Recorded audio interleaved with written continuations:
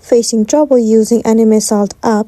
Then you're on the right video. Today I'll be showing you the step-by-step process on how you can easily fix this issue. So the very first thing you want to do is move into the Safari. In the address bar, you need to search for Anime Salt outage.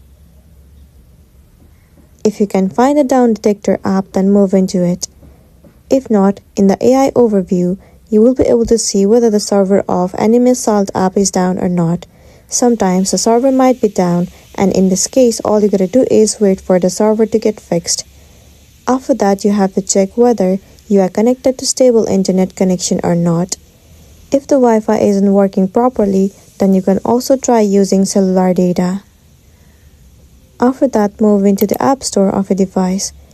In the address bar, search for Anime Salt. If you have installed the application, click on it. Click on Update if you haven't updated the app.